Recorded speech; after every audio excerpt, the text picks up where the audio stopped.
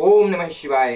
मैं पंडित गुलशन प्रसाद तिवारी आप सभी का अपने श्री शिव कृपा चैनल में स्वागत करता हूँ। आइए आज हम बात करते हैं एकादशी व्रत के बारे में कि मनुष्यों को एकादशी व्रत किस वर्ष किस उम्र में उसे एकादशी व्रत जो है प्रारंभ करना चाहिए, चालू करना चाहिए, इसके बारे में हम बात करते हैं। तो एकादशी का व्रत जो है 8 वर्ष के बाद स्त्री हो या पुरुष हो वो प्रारंभ कर सकते हैं।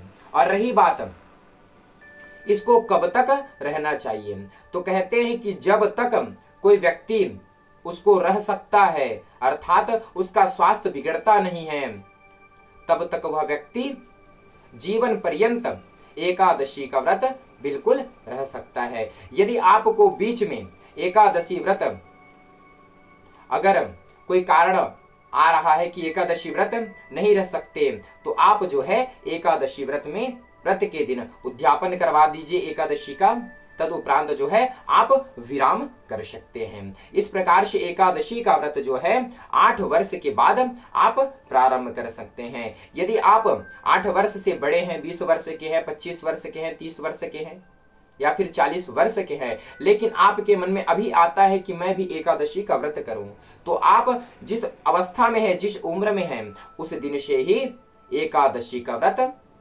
प्रारंभ कर सकते हैं। यदि आपके मन में यह भावना आती है कि हम एकादशी का व्रत प्रारंभ करें, लेकिन किस दिन किस एकादशी से हमें प्रारंभ करना चाहिए, तो सबसे पहले उत्पन्ना एकादशी जो सब माता एकादशी जो है उस दिन उत्पन्न हुई थी, इसलिए उसका नाम जो है उत्पन्ना एकादशी रखा गया है।